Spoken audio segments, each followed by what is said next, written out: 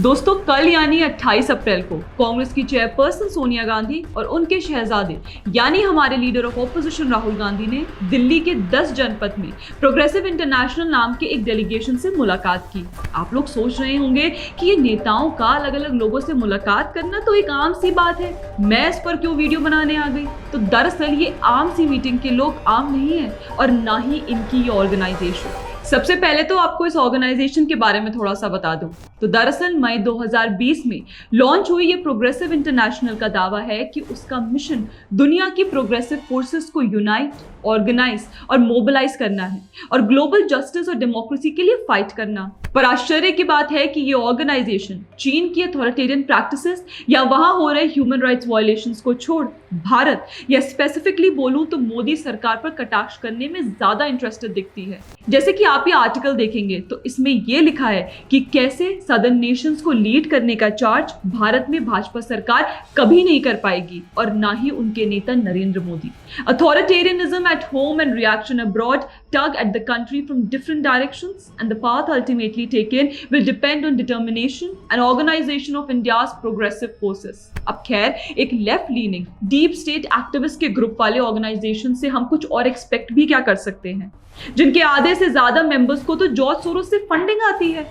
जी हाँ, चलिए आपको इनके कुछ ड्यूबियस कनेक्शन वाले मेंबर्स से मिलवाती हूँ। निखिल दे, मजदूर किसान शक्ति संगठन के one of the founding members, जो राहुल गांधी के भारत जोड़ो यात्रा में उनके साथ दिखे थे। नेक्स्ट, जयती घोष, ये एक लेफ्टिस्ट कॉलमनिस्ट है जो भारत के खिलाफ झूठे भ्रामक नैरेटिव चलाती रहती हैं और आतंकी अफजल गुरु की फांसी की सजा के खिलाफ इन्होंने भारत सरकार का विरोध भी किया था। इसके अलावा अगर मैं सोनिया गांधी और राहुल गांधी से मिले इन लोगों की बात करूं तो थोड़ी इन्वेस्टिगेशन करने पर इनमें से भी काफी लोगों की मानसिकता लेफ्टिस्ट और भारत विरोधी पता चली। जैसे कि राहुल गांधी के पास खड़ी इन महिला का नाम है वर्षा गंडीकोटा नेलुतला, प्रोग्रेसिव इंटरनेशनल की को जनरल कोऑर्डिनेटर, जिसने भारत को इजरायल का समर्थन करने के खिलाफ खूब विरोध किया था।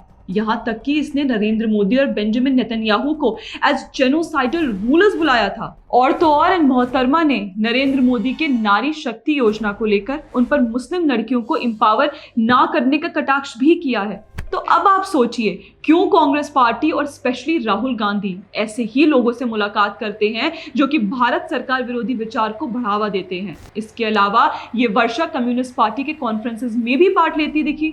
खैर, प्रोग्रेसिव इंटरनेशनल की विचारधारा, उनका कम्युनिस्ट पार्टी से लिंक उनके साथ मीटिंग से ही पता चल जाता है।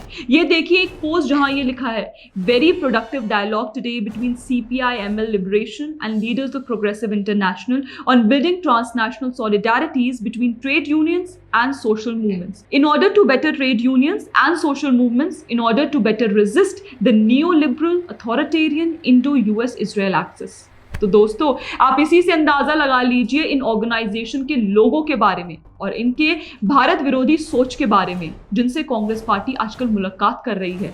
आप लोगों का इस पर क्या कहना है, हमें कमेंट करके अवश्य बताएं। और अगर आपको हमारा कंटेंट पसंद आता हो तो हमें लाइक, शेयर और सब्सक्राइब करना ना भूलें। धन्यवाद।